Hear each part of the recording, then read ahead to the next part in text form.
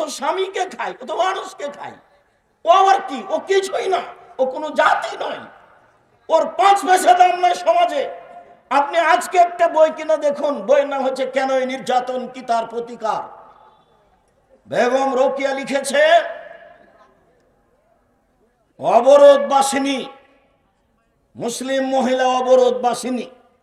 Bogura train স্টেশনে বগুড়া জেলার কিছু মহিলা হজ করতে যাবে, তো ওরা পর্দা করে, তো ট্রেনে যাবে ঢাকা। তখন ওদেরকে পর্দার কারণে একটা বড় চাদর দিয়ে 3-4-5 জনকে ঢাকা আছে। তখন টিকিট মাস্টার একটু বের হয়েছেন বাইরে, দেখবেন সব কিছু দেখছেন, অনেকগুলি বস্তা মনে হচ্ছে পর্দা দিয়ে ঢাকা আছে। তো পা দিয়ে লাথি মেরে মেরে দেখছেন যে এগুলো কিসের বস্তা।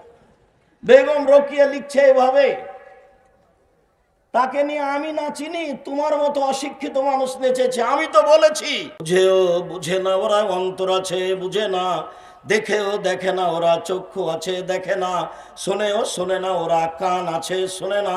উলায়েকা কালানাম, তারা পশু প্রাণীর মতো, তারা গরু ছাগলের মতো, তারা কুকুর শ্রীগালের মতো, বালহুমাজাল, বরং তার চেয়ে খারাপ। আপনাকে আমি কুকুর শ্রীগালের চেয়ে খারাপ মনে করি, আর আপনার পরিবারকে, আপনাকে যদি আমি অশিক্ষিত প্রমাণ করতে না পারি, আমি জাতির সামনে বক্তব্য দিব না। যেই টিভিতে ল্যাংটা মেয়ে নাচছে, সেই টিভির সামনে বসে আছেন আপনি, আপনার স্ত্রী, আর আপনার মেয়ে, আপনার ছেলে, আপনার বৌমা, সবাই মিলে বসে আপনি একটা ল্যাংটা মেয়ে দেখেন, তখন আপনি শিক্ষিত? তখন আপনার লজ্জা আছে? তখন আপনি পশু প্রাণীর চেয়ে ভালো, যে না আপনি কুকুর সিরিয়ালের চেয়ে খারাপ? যদি আপনার এতে বিশ্বাস না হয়, মন কষাকষি ভাব হয়, তো একবার আপনি আমার সাথে বসেন, পার্সোনাল, দেখি আপনার অবস্থা কি। আমি 30 বছর থেকে বলছি, আপনাকে যদি আমি মূর্খ প্রমাণ করতে না পারি, আজকে বগুড়ার মাটিতে বক্তব্য চালু করেছি, বন্ধ করে চলে যাবো, আর কোনোদিন জাতির সামনে আসবো না ইনশাআল্লাহ।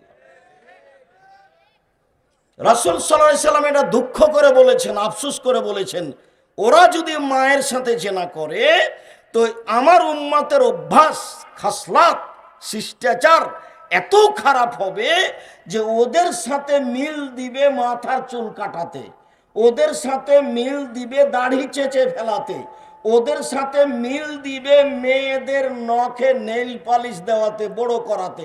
এটা তো ইহুদি খ্রিস্টানদের পতিতালয়ের মেয়েদের বৈশিষ্ট্য।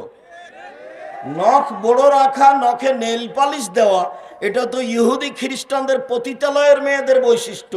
তো আপনার চোখের সামনে আপনার মেয়ের নখ বড় আছে, আপনি বলেন না কিছু, তখন আপনি শিক্ষিত? আমি যদি বলি আপনি কুকুর শ্রীগালের চেয়ে খারাপ,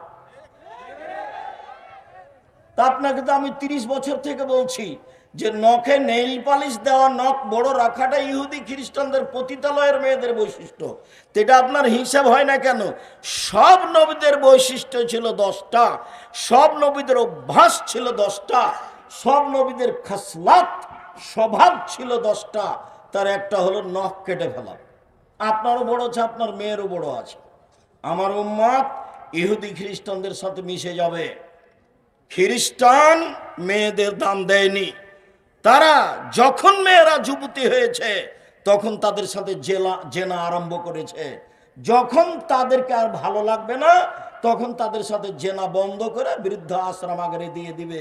এই হলো নারী। আর ইহুদি বলেছে যে ওরা তো হলো ডাইনি, মহিলা হচ্ছে ডাইনি, ওরা হলো পেতনি, ওরা স্বামীকে খেয়ে নেয়। বগুড়াতে আজও হাজারো গ্রাম আছে, যেই গ্রামের মহিলারা বলে যে স্বামীর নাম ধরতে হয় না, নাম ধরলে স্বামী মারা যাবে। এটা হলো ইহুদিদের স্বভাব, এটা হলো ইহুদিদের স্বভাব।